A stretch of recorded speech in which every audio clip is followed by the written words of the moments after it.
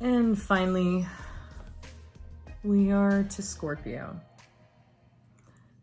Now, Scorpios, this new moon is in your 12th house of hidden things. My darlings, and I say that very, very sincerely because I carry a Scorpio moon. Our goal right now, frankly, is to not hurt anyone. Like, with Mercury in retrograde in Scorpio, we are all suspicious as hell. We are already paranoid. We already feel like something is going on.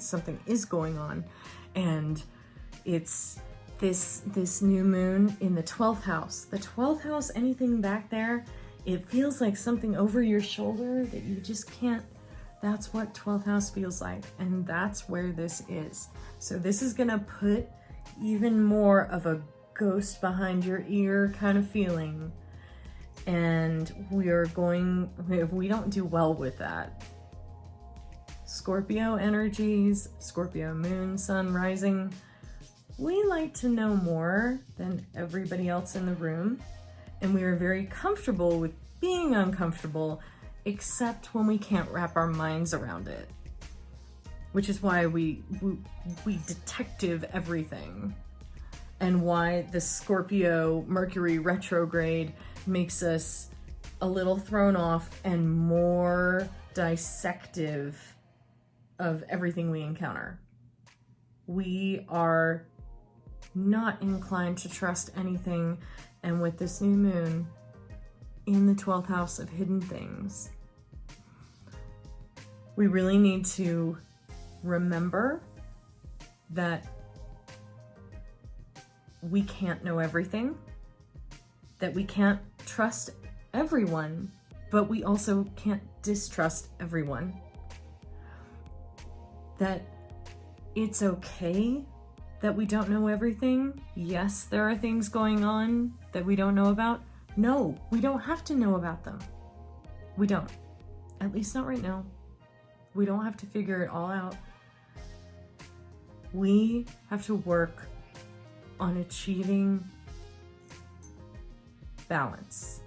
When we get over paranoid, when that Scorpio energy gets too triggered with feeling like something's lurking and we can't find it. If we can't find it, nobody can. So what the heck is going on? When that gets too triggered, we start to lash out at other people and we start to make trouble. I always say that Scorpio is like an emotional fireman. We are the ones that you want next to you if you are in any kind of emotional situation, if you are in any kind of trauma, grief, fear. Those things we're so good at. We're so good at being with people in those places that they shrink away from. That's our speciality, and we like that. But when it comes to feeling and moving in those spaces ourselves in a vulnerable way, we're not so good at that. We're not so good at letting anybody in on that. We do it in secret, we do it in private, and maybe we'll tell somebody about it 2 years later, right? Right now, there are shadows that we can't bring to light. And when we feel vulnerable in these situations, in these ways that I just described, our natural inclination is to scare other people, frankly, to make other people nervous and afraid, and it set those fires so that we can be the firemen again and feel like we're in control.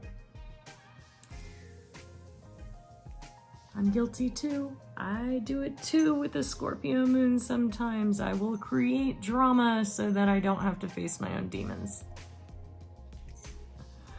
So that's I feel like this retrograde and this new moon in the 12th is going to tempt us that carry Scorpio to do those kinds of things. So what I recommend is that we all watch Netflix for 48 hours, preferably in a bathtub full of bubbles or expensive products. Put your phone far away. Don't